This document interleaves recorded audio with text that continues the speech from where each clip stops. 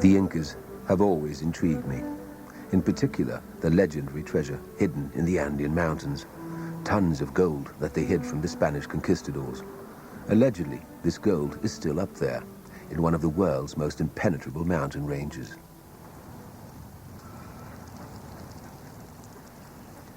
The Inca Empire encompassed hundreds of tribes, occupying half a continent. But despite its strength, it was decimated by a mere handful of Spanish soldiers. What kind of reign was it?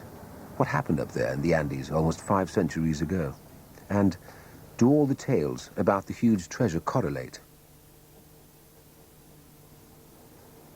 There are clues, one of which led me to Copenhagen, Denmark, where I read the Guaman Poma, a handwritten 2,000-page letter from a Peruvian Indian to the then monarch of Spain, Charles V, in which is illustrated and depicted the daily life in the Inca kingdom and how it came to an abrupt end.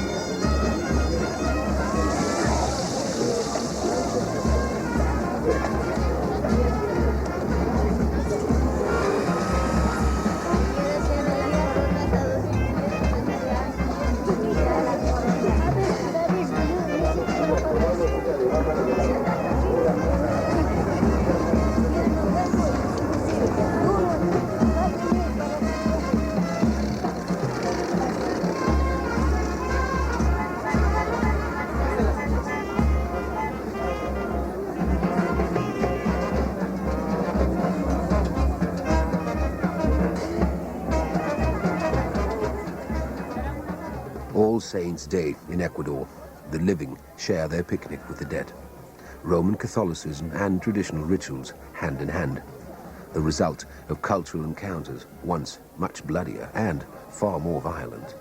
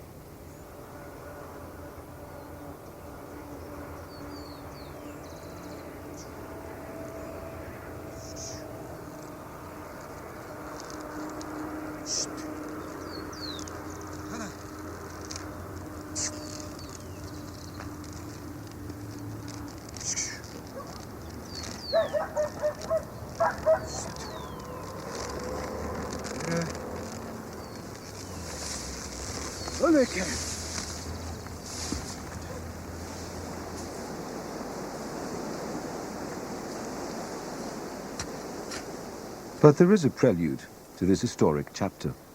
Already thousands of years before Columbus arrived, the Andes were an agricultural patchwork, much as they are today.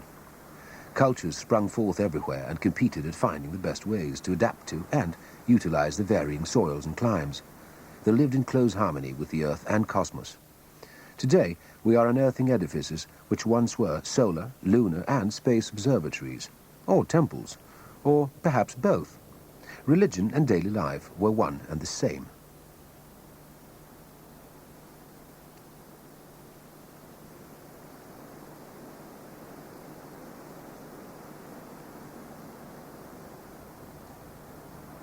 We can thank these cultures for many of the plants and vegetables we use today.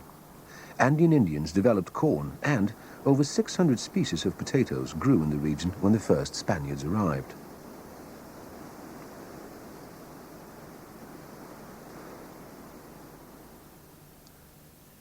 Handicrafts of bone, clay, and stone thrived, and there was gold in the mountains.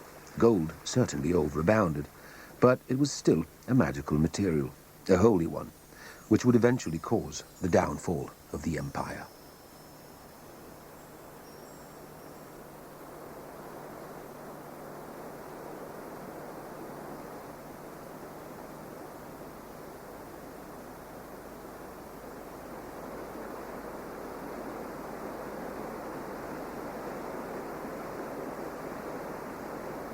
But first, the Incas would take the stage. Their forts and castles within sight of each other, they ruled the entire Cordillera. Their stone dwellings were technically far superior to anything the world had yet seen, and their roads would have been able to carry today's vehicles. But the Incas were not familiar with the wheel, so the vast reign was held together by human feet.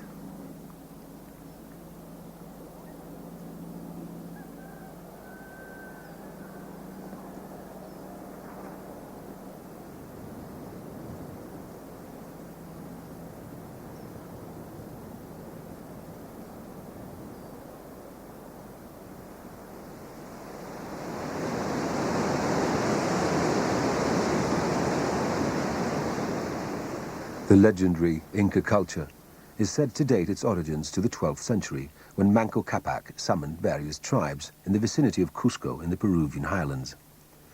A great reformer who instituted a uniform living code for the entire region and expanded his kingdom in all directions, Inca Pachacuti was crowned in 1438.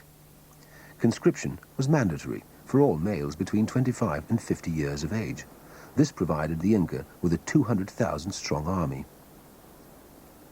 The year 1471 saw the coronation of Pachacuti's son, Tupac Yupanqui.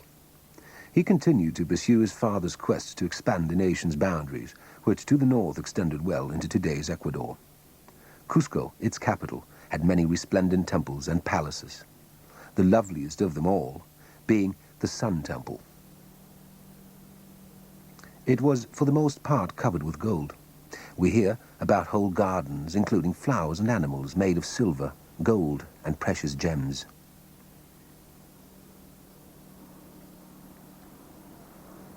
Inca Huayna Capac succeeded his father Yupanqui in 1493.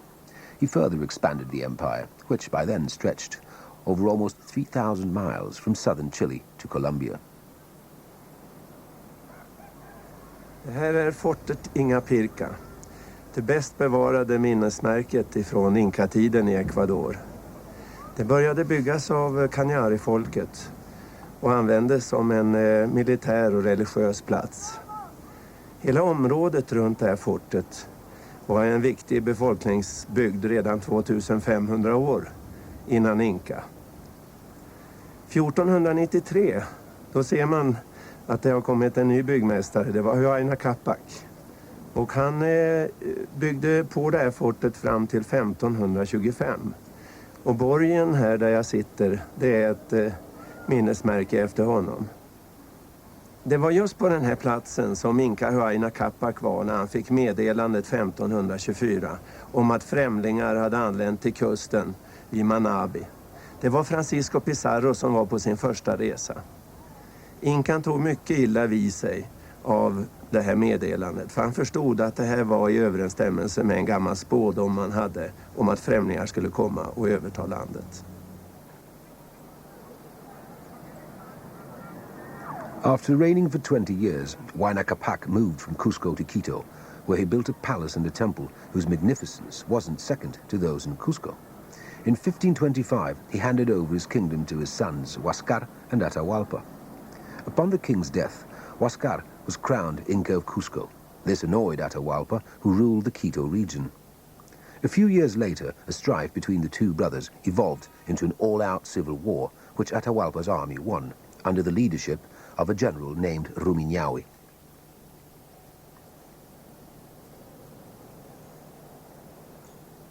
Francisco Pizarro, later to be known as the conqueror of the Incas, had, at the time, already led a number of expeditions to South America. It was his firm belief that this region could develop into a Spanish colony of major importance. In order to subdue it, however, he needed the authorization and support of the Spanish crown. Thus, Pizarro returned via Panama to Spain, where he reported his findings to King Charles V. The king was indeed impressed by the tales of the incredible riches to be found in this mystical land way out west. So Pizarro was granted, by royal decree, both the official authority and the material support required for his expedition. Pizarro set sail in January of 1531 from Panama with a fleet of 3 ships. Inca Atahualpa received reports of strangers who had landed on his shores in floating palaces, and he followed their activities very closely. When word reached him that they intended to make their way to Cajamarca, Atahualpa quickly moved his forces to the hot springs 5.5 miles east of the town. The prelude to the fall of the mighty Inca Empire had begun. In 1532, Pizarro's fleet drops anchor in the Tumbes River. The landing is uneventful, and they are amiably received by the natives. Pizarro learns that Inca Huáscar has been incarcerated by the new leader, Atahualpa, who is now pushing north from Cusco. Pizarro decides to intercept him in the town of Cajamarca. So, with a group of 110 foot soldiers and 67 on horseback, he heads towards Cajamarca and the fall of the Inca Empire.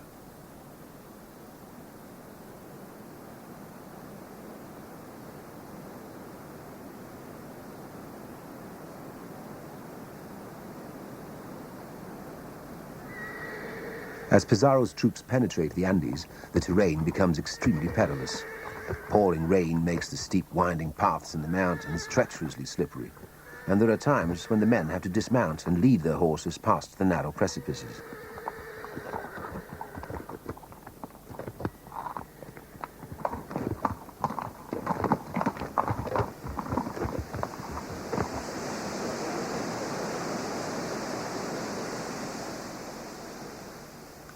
Following an exhaustive trek, Pizarro's men arrive in Cajamarca, which has been evacuated on Atahualpa's orders. In the distance, they can see the steam from the hot springs, where Atahualpa's 40,000-strong army has pitched camp.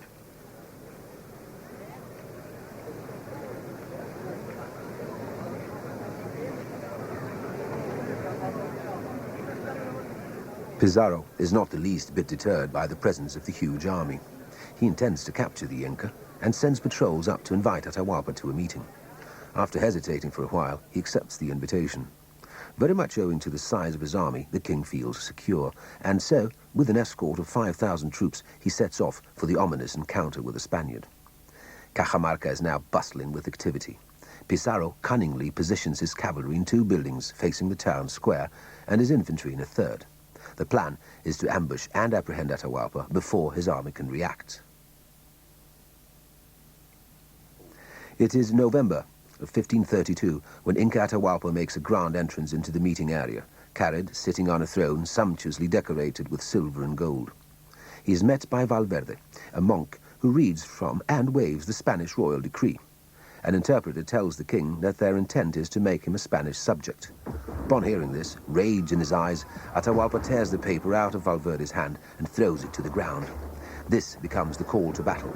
The Spaniards manage to capture the king despite his troops' attempts to protect him, and as quickly as the battle has begun, it ends. Soon enough, Atahualpa realizes that the intruders are after his gold, so he offers Pizarro to fill his cell with gold up to a line that he draws on the wall in return for his release.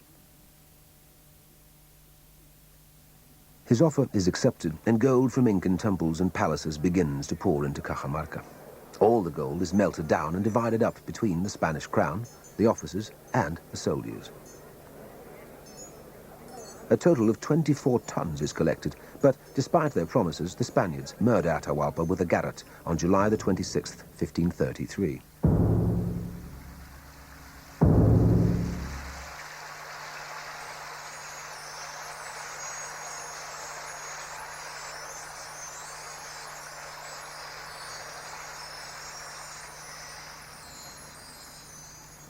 Upon hearing that his emperor has been murdered, General Rumiñahui, who is in charge when Atahualpa is captured, becomes enraged. He now feels free to make his own decisions. He summons his men and orders them to move all silver and gold out of Quito. On the way to Quito, his troops march past Pizarro, a village which was Rumiñahui's second home and where he had once married a lovely woman whose father owned a gold mine. The mine was located up in the practically impenetrable Los Llanganates mountains, and it is there that Rumiñahui decides to hide the gold.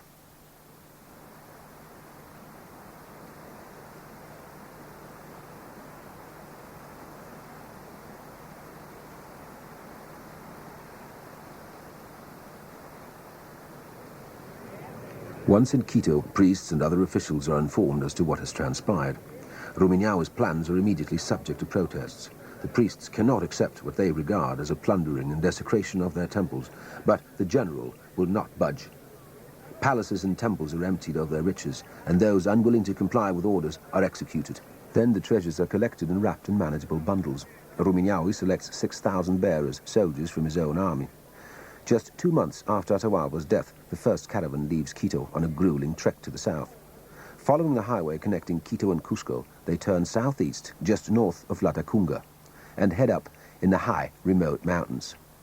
They pass a large forest where they hear the roaring of cougars.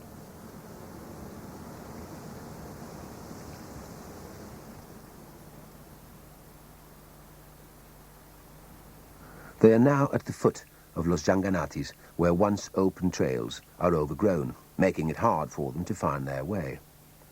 After hours of searching, they eventually find the overgrown entry to the large mine, which Rumiñahui has chosen as a storage place. The treasures are piled up in the secure space, a total of more than 70,000 loads, weighing over 2,000 tons and with an estimated value of 30 billion in today's US dollars.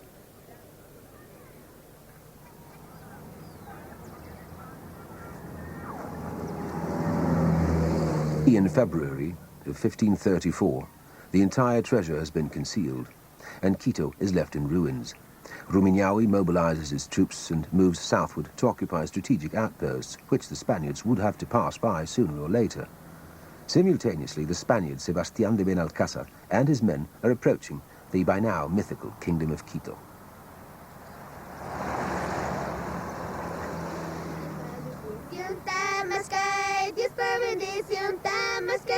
Dios par bendición tamaskai paika kungami.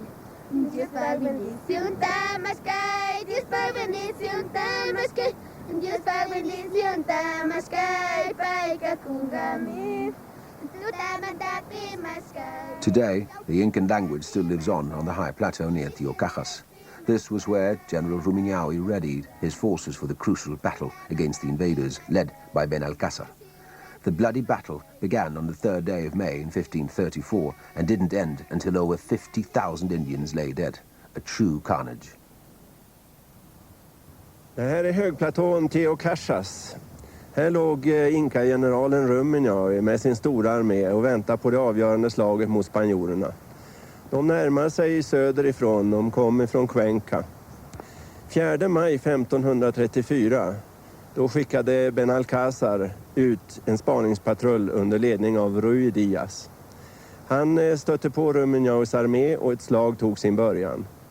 Det blev stora förluster på bägge sidor och Benalcázar insåg snabbt att han inte hade någon chans. Tack vare en indian som han hade med sig från Cajamarca så fick han hjälp att dra sig tillbaka och undvika alla försåtliga fällor som Rumiñahui hade grävt.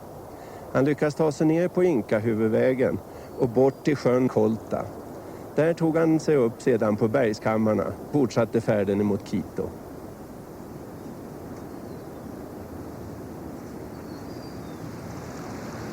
Här i trakten av Ambatofloden stod det första slaget mellan Inca Huascar och Atahualpa år 1530.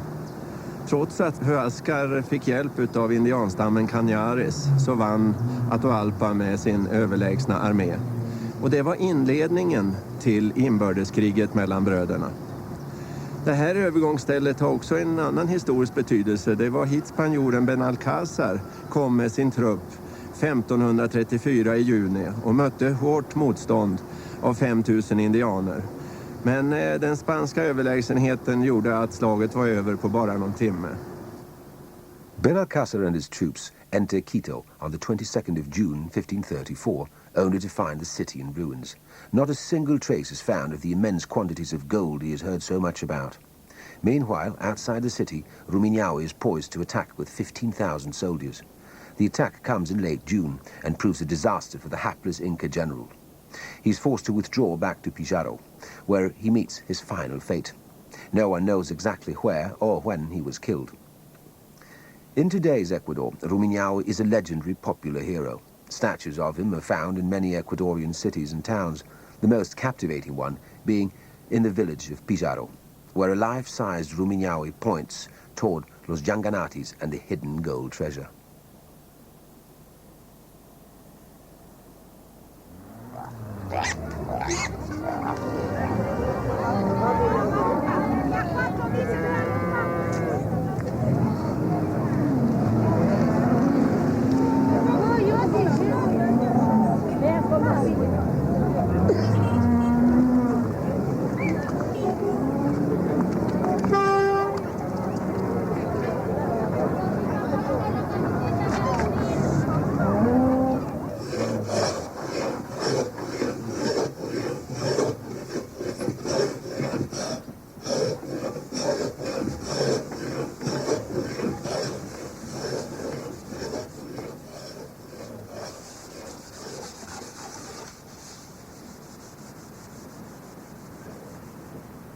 In this village, a poor Spanish soldier named Valverde chose to settle in the early 18th century.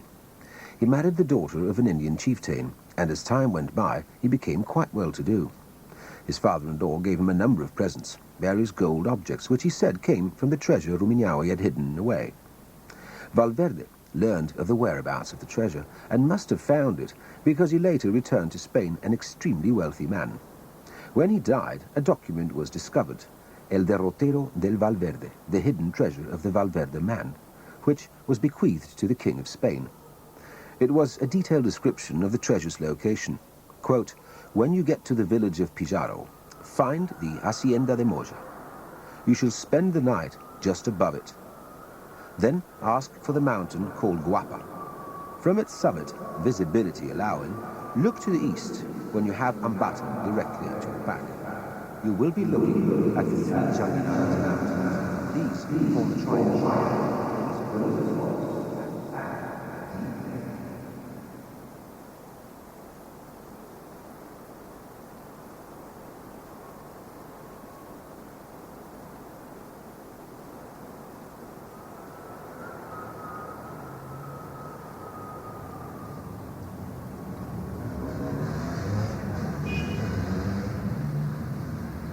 Det var hit till stadshuset i Latacunga som den spanske kungen Karl V skickade det dokument han hade fått ärva utav spanjoren Valverde.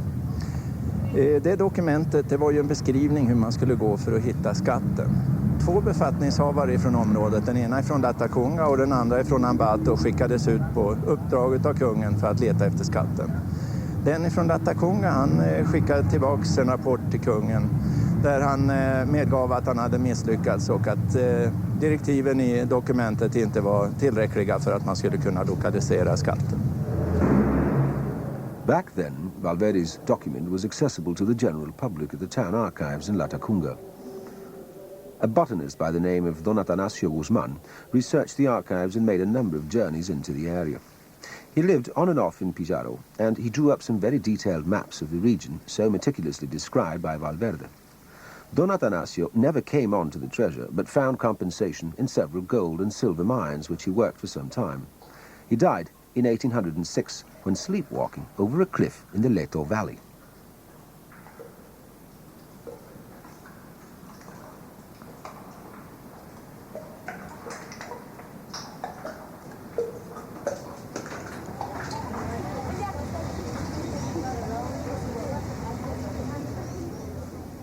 A century later, in 1906, 2 English botanists set out for Ecuador to try to solve the riddle of the lost treasure. They carried copies of Valverde's documents and Guzman's maps, and, like all their predecessors, they followed the routes shown on the maps. The details were reliable up to a point, but thereafter everything seemed hopelessly confusing. The documents were of no help at all, and no matter how much they searched, they simply could not locate the described landmarks.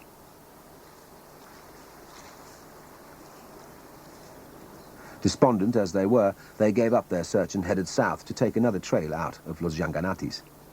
Just as they were about to pitch camp, a rainstorm forced them to take cover. As they were seeking shelter, they stumbled across an overgrown entrance to a cave in the mountain. They went in, and before their eyes lay the incredible Inca gold treasure that so many people for centuries had been looking for in vain.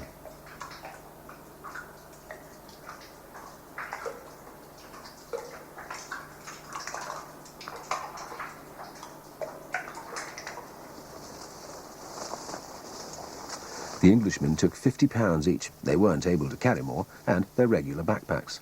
Then they headed west to the nearest village. The hike turned out to be extremely arduous, and halfway there, one of the men died from hardships. He was buried on site by his comrade, who somehow made it back to England. He later wrote a letter to a good friend, a United States Navy admiral, and asked for his help in financing an expedition to retrieve the lost treasure. Before he managed to mail the letter, however, the Englishman was murdered by thieves, probably on account of the gold he'd been able to bring back.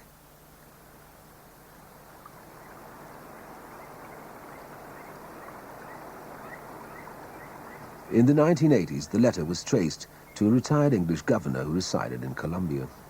The letter claimed that when, quote, the Englishmen had located the resting Madonna, all their financial worries would be resolved. In this cave there is more gold than 1,000 men can carry, unquote. And 90 years later, the gold is still out there, in the shade of the resting Madonna. There was still only one way to get at it, by hiking up into the mountains. I knew that the odds of finding the right cave in this treacherous volcanic landscape at an altitude of over 13,000 feet were nothing short of minuscule. But I had all available clues, so I decided to give it a shot. We have another one. Do you want a long barrel or short? I think short. Oh, okay, one back, so please avoid it. Yeah. Anything else? Yes, water bottles. What about it? Yeah. Machetas.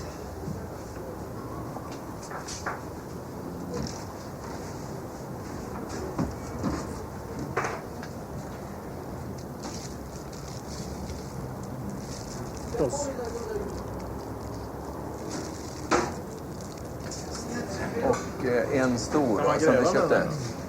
Ja, var inte den där vi gjorde? Vi hade en riktig som var så här lång ungefär. Ja, men vi hade en sån också. Ja, men inte med hacka. Den här är bättre. Den är bättre? Ja.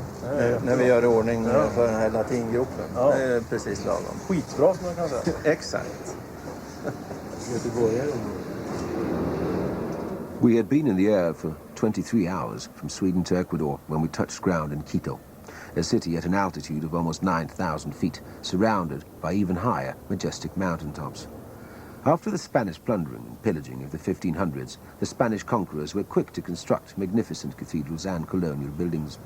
Today, Quito is a major international city with a 2 million population inhabiting a 35-mile-long stretch of the valley where it is located. We already had quite a lot of gear in Quito from our previous expeditions, but we had to get additional tent parts, clothing and communications equipment. We would also be needing firearms for protection from cougars and tapirs, and machetes and shovels are indispensable implements for our kind of hiking. Mats put together a medical kit containing plaster of Paris, tape and painkillers.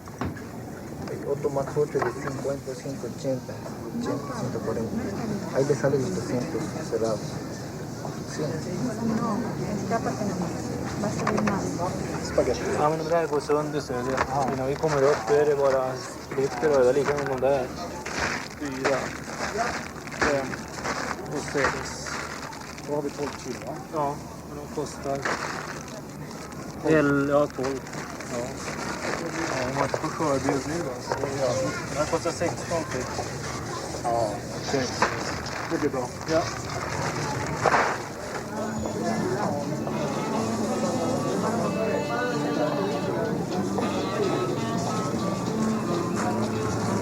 Parkera här bak.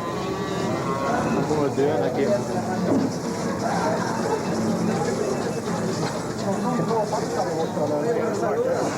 De packar åt oss där. Sen har jag... So 10 in each? Yes, I think. Should be 10 in each.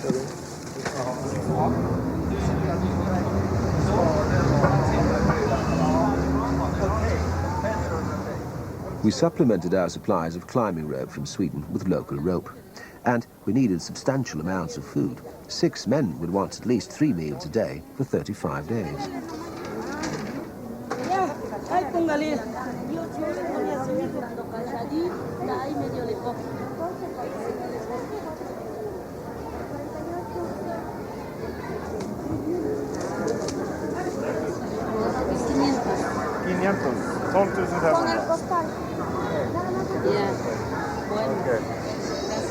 Don Manuel.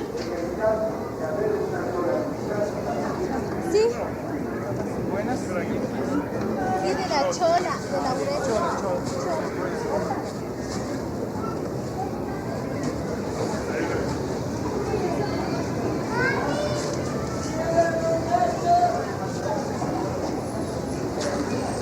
Nu har vi köpt bort. Det är berätta.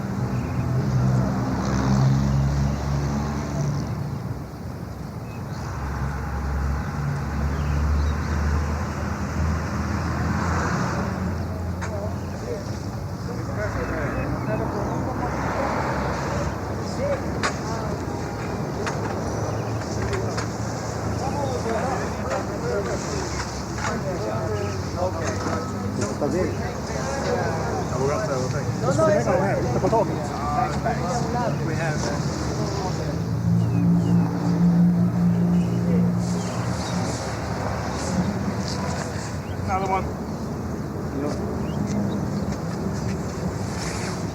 Ska vi köra snöre?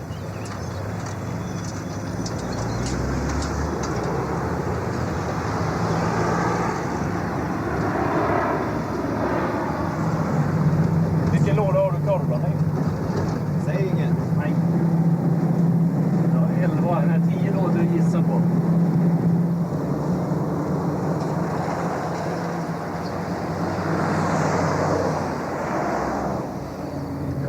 Östtysk modell. Ja, östtysk. Det var ingen vidare reklam för Sverige. Nej, de kan få allt. Då räcker det.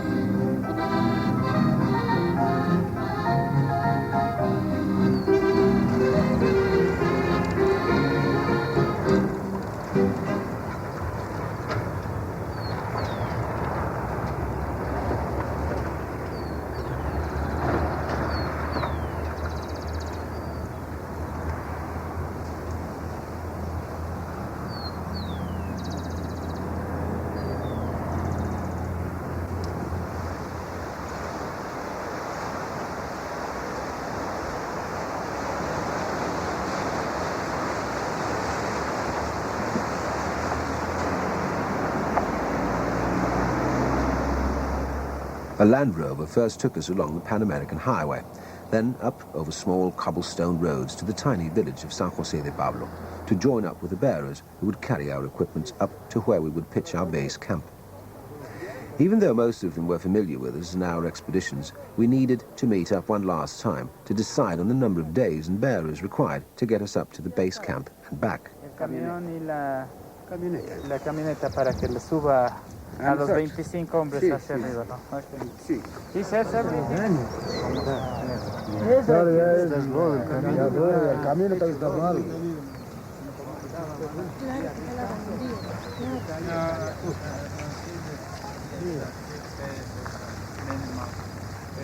No. 4 and 2 coming back when it's 3, he says.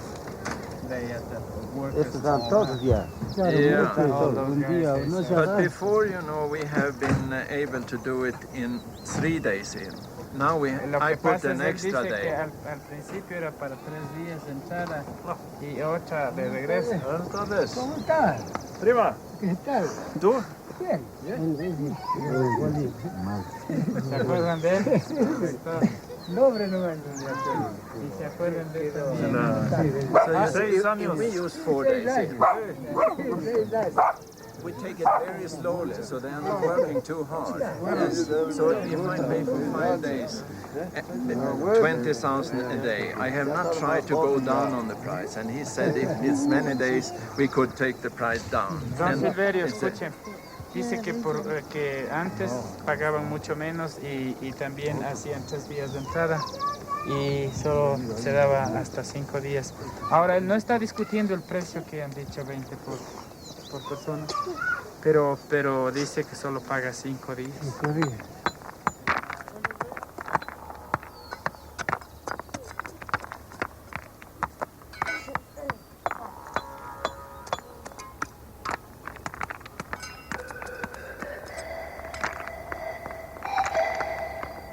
We travelled as far as the jeep could take us. We passed a road construction where people perform manual labour, much in a fashion unchanged since the Inca era.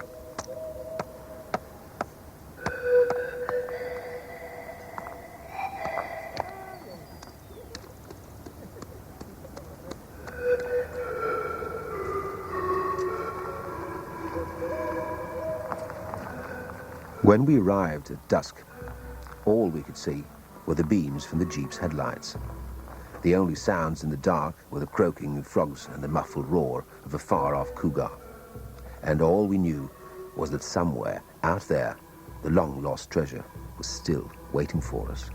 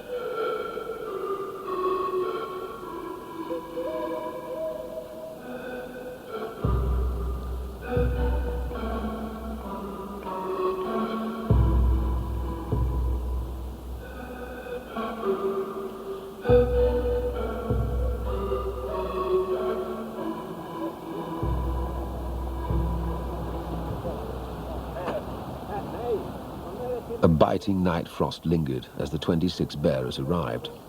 For most of them, this was to be the 5th time they would accompany us into Los Llanganates.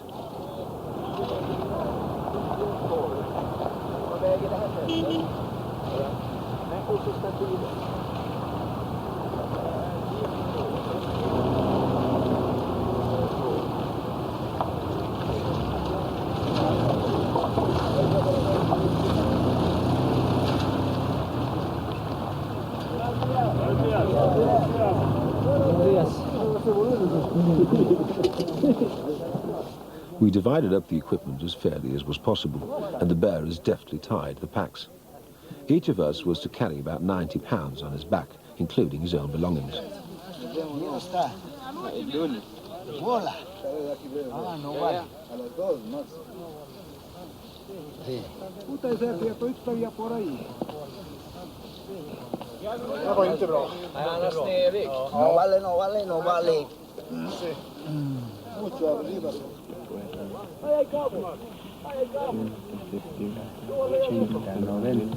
Para que venga a llevarla. Entonces, lunes. Lunes a las 3, ¿no? Lunes a las 3. Lunes a las 3. No, a las 3.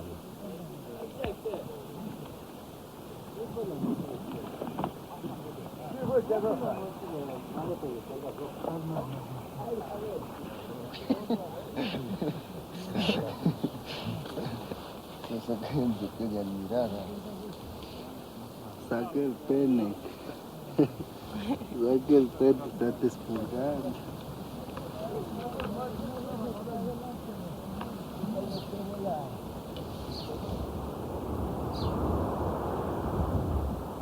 Main bearer Don Silverio and Kjell took the lead as the caravan set out.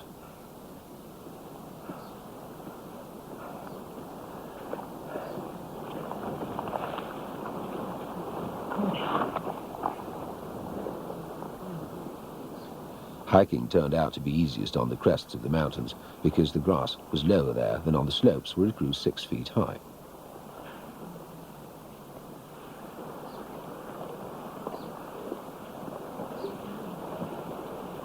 The caravan, consisting of 31 men, moved at less than a mile an hour.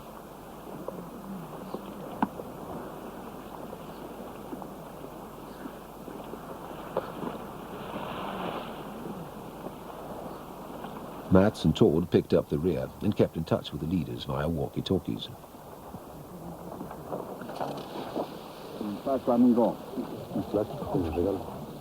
Our first marching day was hampered by many unscheduled stops, as equipment had to be repacked. This made uninterrupted radio contact essential to hold the expedition together.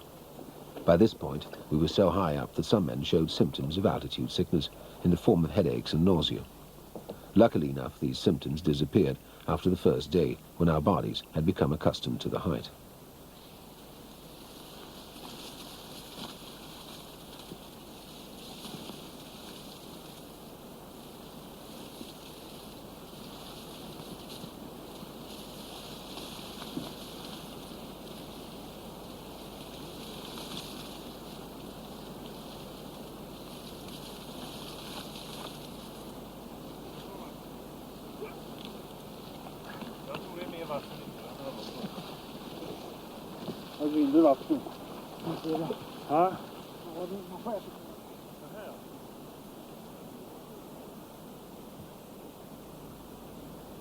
The second night, we set up camp on a plateau at an altitude of 13,000 feet and could enjoy a magnificent view of the snow-clad volcanic mountain tops of Sangay and Tungurahua.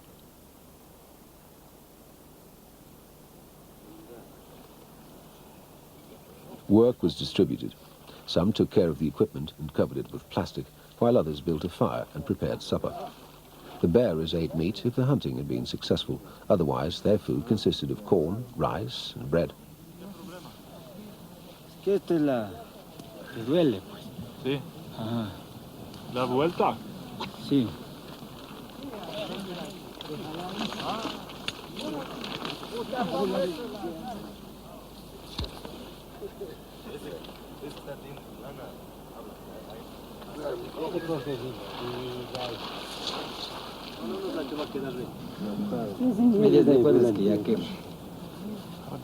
Mats took care of a bearer's injured knee.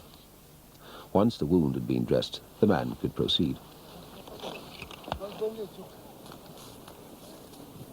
The second day began grey and damp, only to turn into an incessantly pouring rain. Don Silverio and Kjell moved fast up front, thus causing the caravan to get quite strung out. But it was imperative to move briskly from the outset, lest we wouldn't make it to the next campsite before nightfall. We were worried that the intense downpour would make a river up ahead difficult to ford. As the caravan slithered down into a deep canyon, the vegetation thickened and the trails became tougher to negotiate.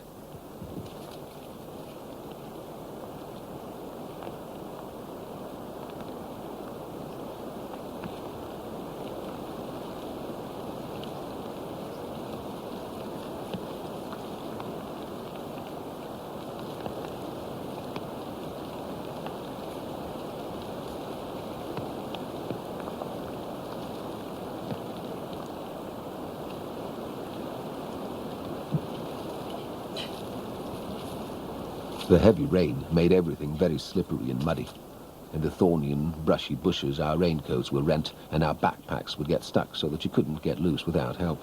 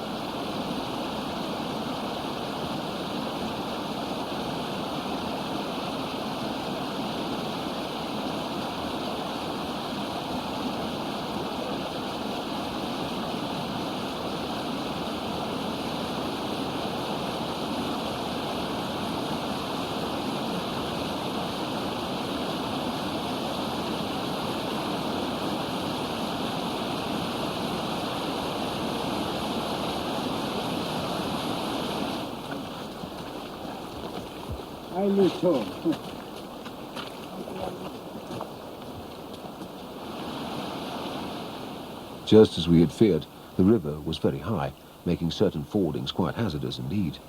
The bearers helped one another at the most dangerous crossings, but despite all precautions, one of them slipped and fractured an arm.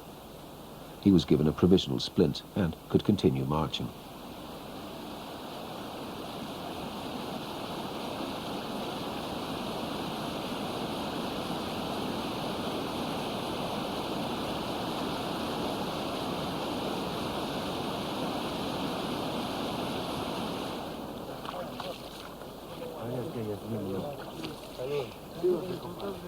Everybody was exhausted and drenched following the river crossings. Getting back up onto the plateau after that bout with the jungle was truly a relief. No dices, no. A la izquierda de aquí yendo a la izquierda. Sí, izquierda de la montana. After a break for meals, Kjell and Mats discussed the best hiking route for the coming days. Previous experience had it that the route chosen by the bearers was unnecessarily long. The bearers immediately realized that the shortcut meant they would stand to lose a day's wages, and claimed that the shorter trail was too tough to hike. The situation came to such a head that the bearers threatened to abandon their packs and return home. Compelled to accept their demands, we hiked on.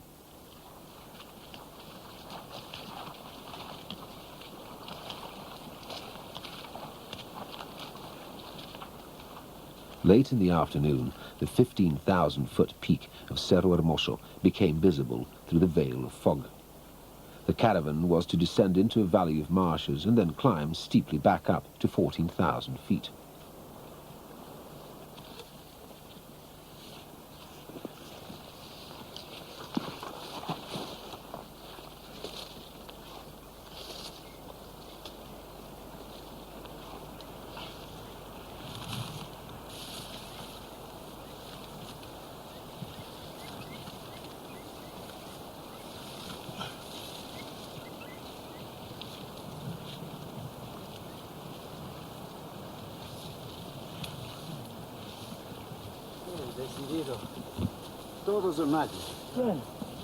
After the wet valley, the tedious trek began up to the green handmade lake, as the Spaniard Valverde had called it. Our next campsite was to be there, by Lake El Cable.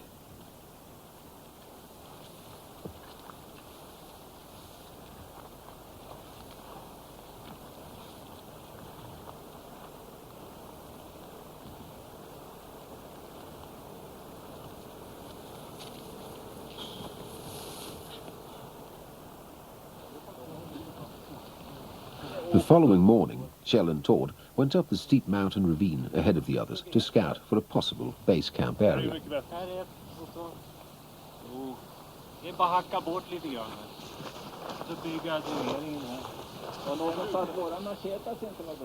They settled for a plateau at an altitude of 14,000 feet. A creek ran right through it, an important prerequisite for a functional campsite. The grass was hewn, drainage ditches were dug, 2 6-man tents were then pitched, as was a food tent.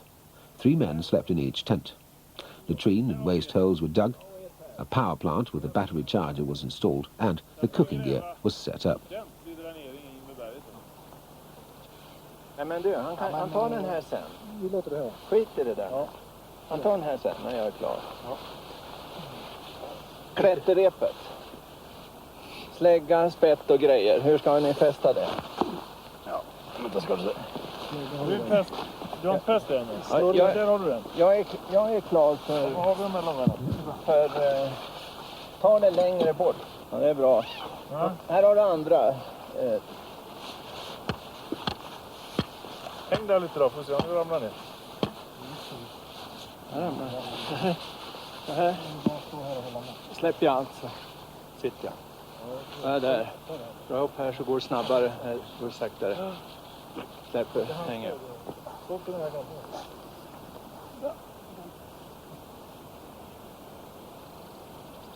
du med? Ja, jag är med, men säkerhetslinan är inte med. Bra kort. We tested our equipment and working techniques for the forthcoming interior search of the mountain. The idea was that to search for possible entrances, Kjell would be hoisted down into 650-foot deep abandoned mines. We would also try to find entrances from the outside of the upper mountain. As a last resort, we would search around the base of the mountain, even though we knew this to be the least likely and least viable alternative of them all. Ja, de har dratt några 100 meter. De här får man ganska bra gäst. De var inget bra. Men grejer är jättebra. Det här är fina grejer.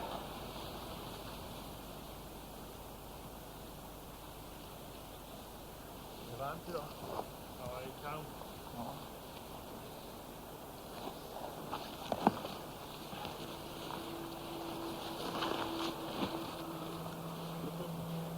Ja, det är jämnt. Ja.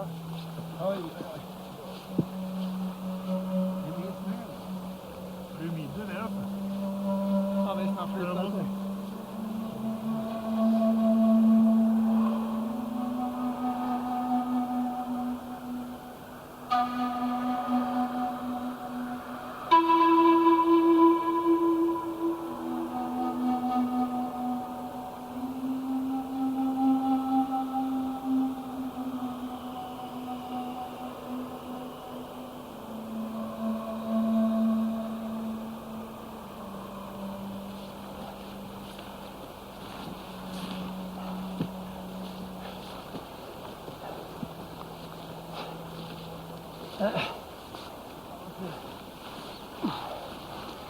Och snart vila. Här är vi uppe. It was now time to set up a working base camp and start climbing. The equipment to be carried up to the camp included 2,600 feet of rope, 2,000 feet of telephone cable, climbing harnesses, winches, hammers, snap hooks, lamps, raincoats and tools. The lunch, which we had already prepared, was made up of soup, bread and chocolate. When we took off, we were carrying almost 80 pounds each. Så håller vi. Försöker hålla samma höjd. Så går vi rätt på där bort. Jajamän. Det blir en tuff bit upp där. Det är jävligt brant här då. Det blir bra det. Nu går vi. Ja, då går vi. Ja.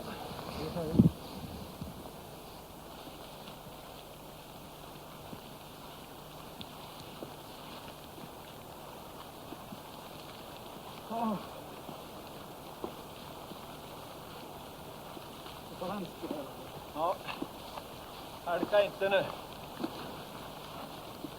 Det är 200 meter ner. Det börjar regna också. Okej. We crossed a narrow passage between a couple of 650-foot deep holes. We had to exercise the utmost caution. To fall into either of those holes would certainly be fatal. The heavily pouring rain made it even more difficult to get up the mountain. Legs and lungs aching, we finally made it up to the campsite at 14,000 feet. We began by taping the telephone cable to what was to be the safety line. A wireless connection was not reliable enough for communication between the surface and the caves that we would be working in, over 650 feet deep.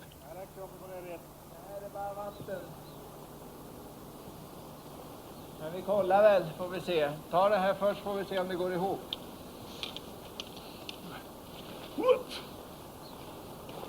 Har du min del? Ja, ligger där. Har av en 50 meter, 40.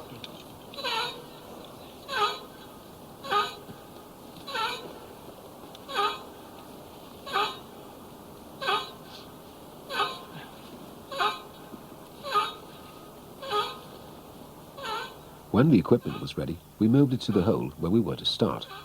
Getting Kjell clothed took an hour and a half. The custom-made helmet has built-in earphones, a voice-activated microphone and 2 powerful halogen lamps.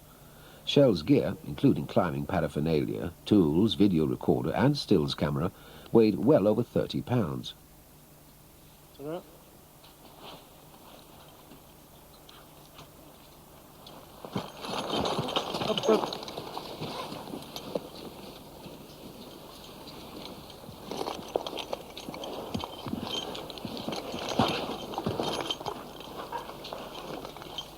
Mats stayed in touch with Kjell and forced him to speak incessantly, and not merely during the descent, as a safety measure, since the biggest risk in deep caves is coming into a pocket of gas.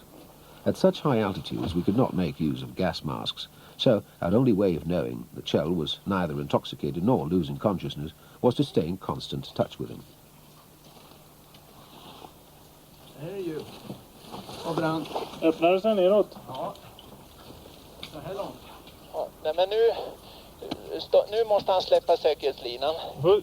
Försiktigt för att nu hänger jag inte i nedhardan längre. Nu hänger han i linan. Han släpper säkerhetslinan. Om du lossar där. Sakta. Sakta släpper efter. Ja, just det.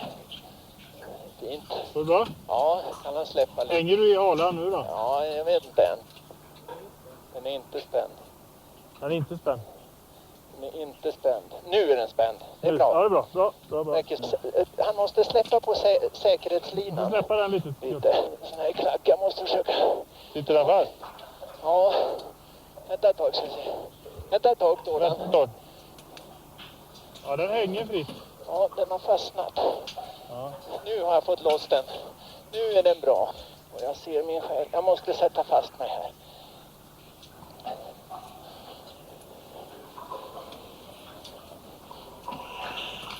Water has hollowed out the mountain for millions of years, creating fantastic tunnels and caves with up to more than 150-foot high ceilings. We systematically search these caves, looking for the place where the Inca treasure is said to be concealed.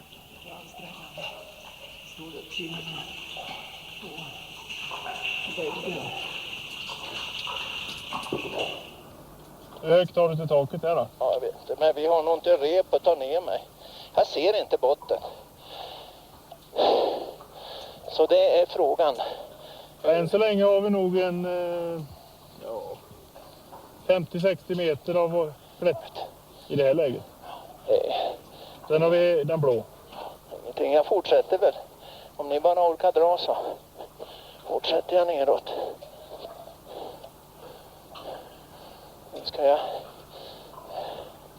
jag lägga fast mig här. Nu kan han vara beredd med säkerhetslinan. Du var beredd, Kurt. Om något händer. För nu ska jag ta och filma igen. Han stannar. Vad har du för diameter på omgivningen där nu? Ja, det är väl ungefär likadant. 15 x 15 sjön har jag inte uppskattat det nu. Men den har du rakt under alltså? Ja. Då är det ju ganska svårt att komma längre. Ja, jag ska flytta mig. Nu när du inte har stövlar på dig? Dykardräkten. Ska flytta mig. Jag bara rasar här. Ja, nu har jag bra bild av hålen jag är på väg till bergssidan ner. Ja, jag ska se sen. Nej. Ja, nu ser jag bara de här vackra färgerna som är på stenarna bredvid mig.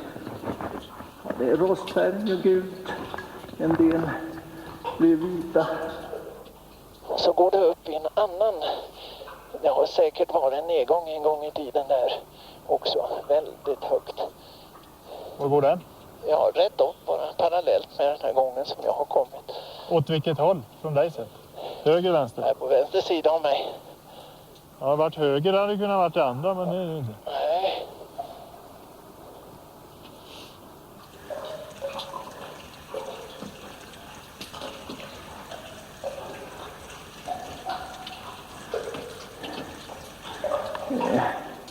Mycket brant och halt. Stå på en liten klack.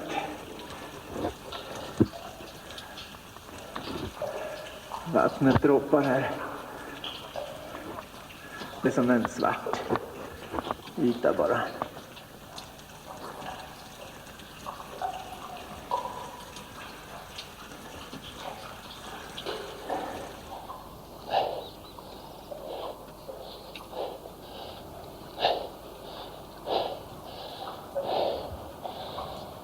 Vad gör du nu för någonting? Nu. Nu kör vi då! Ja, okej. Är du beredd då? Jajamän. Ja, det är bra. Kjell removed the practical winch and replaced it with a pulley. Because of the friction against the naked rock, it took 2 to 4 men to pull him back up.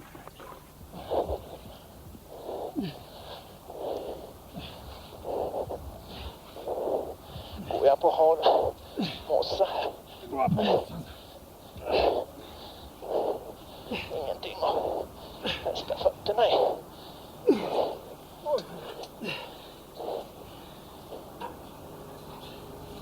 The retrieval was so strenuous that we had to pause and rest several times to catch our breath, whilst Kjell was dangling there in his harness, waiting. This is the procedure we followed as we scrutinize hole after hole. Alltså, börjar hängande mitt i hålet.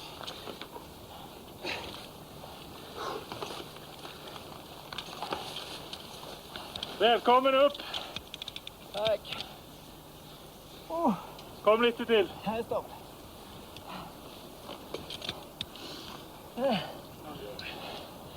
Jo, det är bra.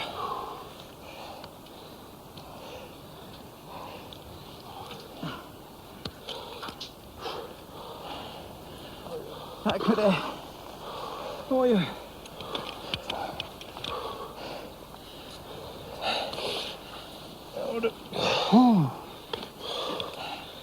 Vad bra hål. Det var det, va? Ja.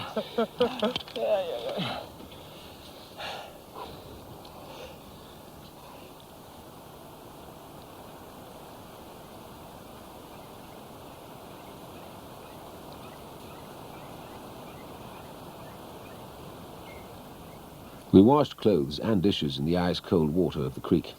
Large amounts of water were consumed. We drank between a gallon and a gallon and a half per person a day.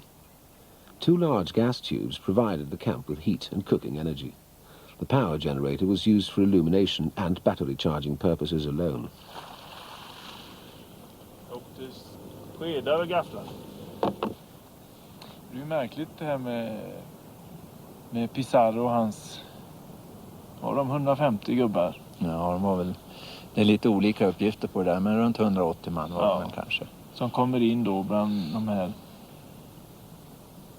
indianhorderna. Det var väl...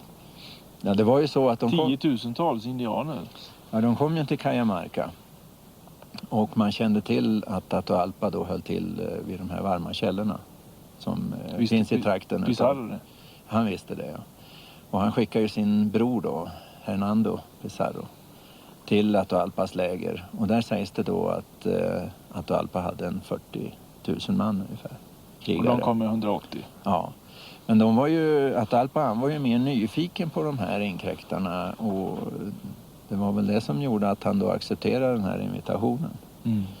Och sen så vet vi då genom historien att han tog en 5-6 000 man med sig till Cajamarca. Och obeväpnade tydligen? Ja, det var de väl inte. De var ju beväpnade, men var ju primitivt beväpnade och jämfört med spanjorerna såklart. Innan de hade avrättat Atahualpa så hade de fått in en hel del. Ja, det hade de ju. Guld och silver som någon form av lösensumma för att de skulle frige honom. Ja, just det. Det var en 24 ton guld. Men spanjorerna, de sparade inte på det där direkt. Allting smältes ju ner. Det var ju en deal med spanske kungen att han skulle ha 20%. Sen så skulle ju resten delas mellan officerare och manskap. Och det finns ju noga angivet då hur mycket respektive officer fick och kungen fick och så vidare. Och likadant vad det var man smälte ner finns ju antecknat. Så man vet ganska väl liksom vad som fanns då, liksom i templerna. Ja, det vet man. Och därav kan man då dra vissa paralleller vad som kan finnas i Quito-skatten från deras tempel. Ja, det kan man ju göra. Och det har ju hittats en del guld på senare tid också. Mindre typ av skatter. Minns att jag hörde på radion om att 3 engelsmän hade hittat en liten skatt på gränsen till Bolivia. Och liten, de hade värderat den då enligt det här radioprogrammet då till 3-4 miljarder dollar. Så att det är ju enorma värden. Och den här skatten då som Rummenigge sägs ha gömt.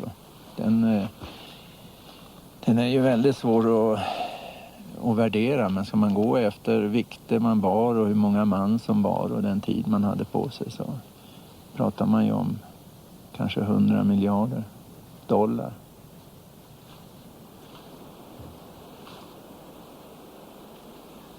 Mats went up to a cave discovered by an earlier expedition. It was at ground level, so he could walk right in. The rain had exposed a small opening in the black sand. Mats began digging, and soon unearthed 6 slabs of slate, which partially concealed the entrance to a huge cave with stalactite formations. Jävla hål.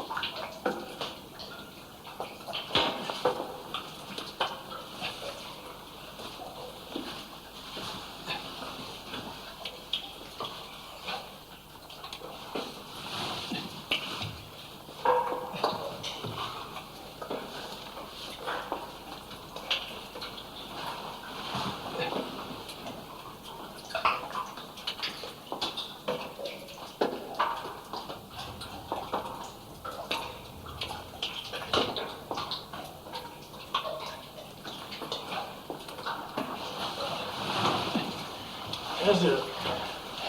Akta huvudet där. Ja. Lucka med. Då river ner stenarna. Nu kan du resa på det. Fantastiskt. Precis. Kolla taket. Ja, precis. Det var grann. Fin ja. Ja. Det är någonting på det. Ja. Ducka det, du får krypa det. Ja, jag ska ner. Ja, det här är några års konstverk. Oj, vilka grejer. Ja, vilka formationer. Här kan det stå. Du mäter för sig. Det står här. Ja, här var det. Det står här. De där stora klumparna där, Det var nog helt klart för ingången. Ja. Ja, Ja, kolla på den. ja, fint. Håller du den här påsen? Ja. Men i slutan, går du inte vänster eller? Ja, den går bort så. Och sen går den in en gång. Ja. Släcker inte höger. Så jag kröp in förut. Men det var stopp där. The cave floor was covered by about 5 feet of black sand. We took some samples that might establish the occurrence of precious metals, but did not have enough time for a more thorough excavation. Ganska hårt. Men det är sprött som attan. Ja, det är bra. Där kan man få de där som är på här så. Det är precis just som en korall. Den är precis porös. Ja. Och sen här är roten. Ja, det är otroliga grejer. Kolla de är långa de här grejerna.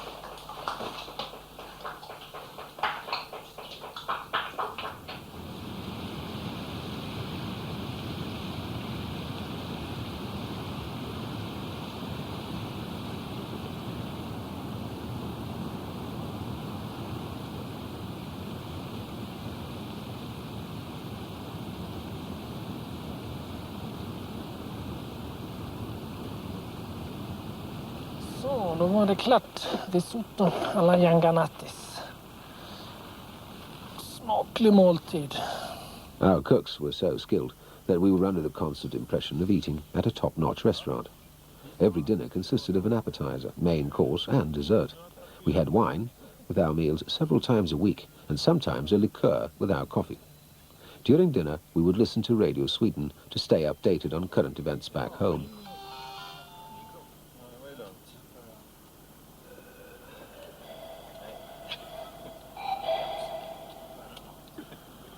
Casino. Llanganates. Skramla. Ja. Oj.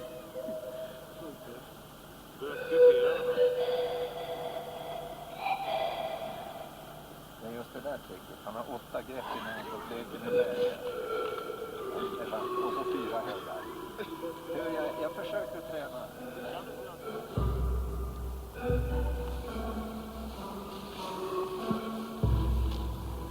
The next stage was that of lowering Kjell down the jungle side of the mountain to examine vegetation near a waterfall directly beneath the cave that he had examined earlier.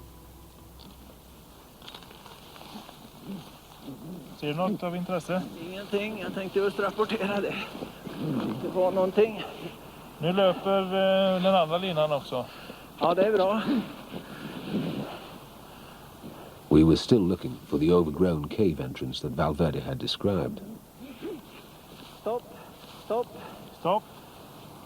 Nu Stopp. fan ta hem på säkerhetslinan. Backa Den håller på säkert. att trassla in sedan jag går ner i. Ja, backa säkerhetslinan. Fint. Okej, bra. Håller den så där. Klart jag kan gå ner i gippen där. Det ska jag kunna göra. Men det är svåra, om du går för långt ut nu så får vi svårt att dra dig sen. Ja, jag vet. Då blir repen snea. Ja. Ja, det är lika bra att vi gör en ny klättring på, ta en ny riktning. Ja, det går ju fort att hiva upp dig. Ja. Kan du koppla om den nu då? Ja, men jag gör inte det än. Jag ska ta mig ner på en bättre nivå för att då kan jag hjälpa till, knalla lite grann sen när ni drar. Okej. Och så blir det enklare. Så nu tar han hem på säkerhetslinan successivt. Ja, från och med nu. Nu backar säkerhetslinan. Ja. Gött. Backa det. För det är den enda jag sitter i nu sen när jag klättrar. Dra inte mot den där. Ta hem den bara. Vi drar igen. Ja, dra på. Hej. Vad lätt han blir nu då. Ja.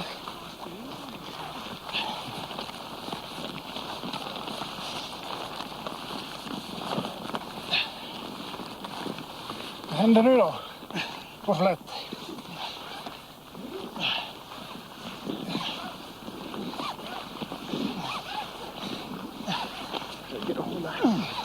Signallinan här är intrasslad. Men därför kanske går lite högre för. Nu är jag mitt på berget här så.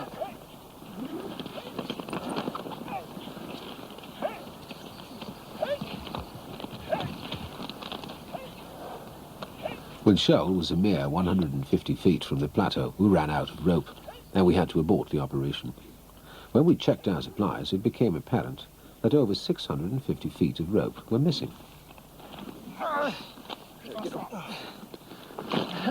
Ja, passar bra för jag försöker få grepp i mossen.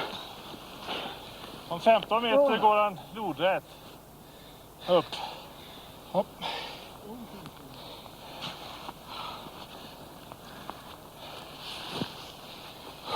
Kör ni när ni vill. Okej, då drar vi då. Du med då? Ses snart. 1, 2, och... Tryck! Yeah!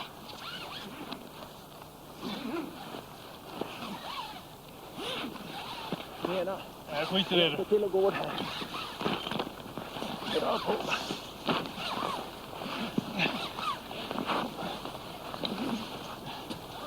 Här kommer något.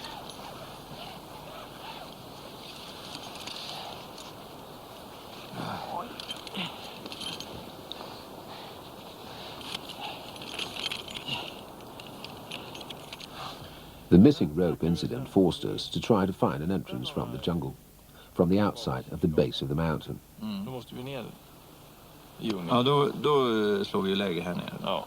Och då är frågan vilken väg vi tar. Ner dit då. Det ser ju bra ut här, va? Man skulle kunna gå den här vägen ner. Du menar här, Den. ja. Sätt ihop Här det, menar sätt du. ihop det lite bättre. Ja, just de det. plopparna där. Sådär, va? Ja, Kunna gå här, va? här är förmodligen väldigt brant. Men det Ja, kan det är ju ha brant. en lina, vet du. Det är Ja, men det- 50-55 grader lutning. En lina, vet du, det är långt. 40-50 meter. Det är långt. Så det är ju Vi orkar frågan. aldrig släpa med oss så mycket rep. Om vi vet ju den andra vägen som vi har gått förut. Ja. Vi förlorar inte så mycket tid. 3 scouting missions were carried out to determine the best route to take. We would need 4 days and 3 nights to do what should have taken only 1 day.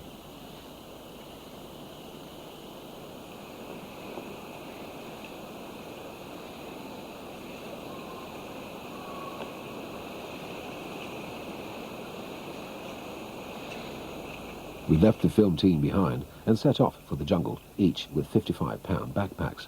We had a week's supply of freeze-dried food and a special anti-mosquito tent with us. We hewed our way, with machetes, through the dense jungle vegetation at a tedious 1,500 feet per hour. Thorny bushes, horseflies and hordes of mosquitoes made life a living hell for us.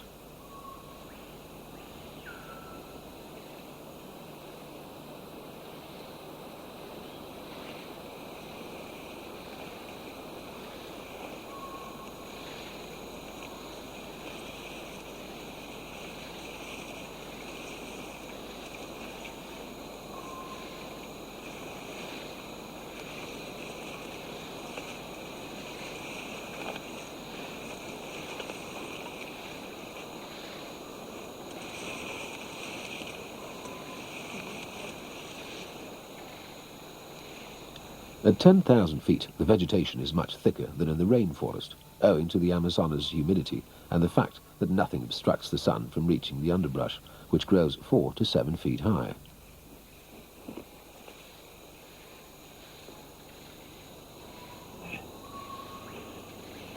Tätare så här får inte vara.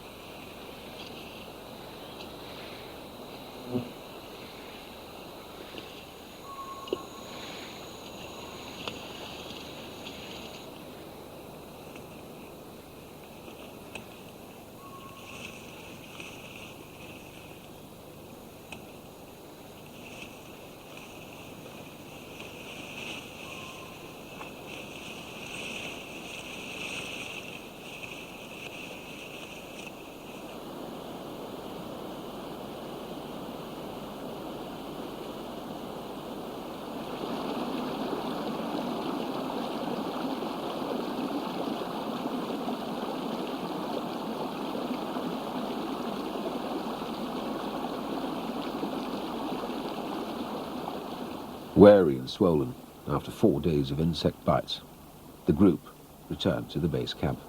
The impenetrable vegetation made all rational searching virtually impossible, and we simply did not have enough time to stay any longer. Once again, hot on the trail of the Inca treasure, and after each attempt, fewer and fewer dead ends remain. We may very well have been only a few feet from the solution of the riddle. Our next expedition would perhaps tell.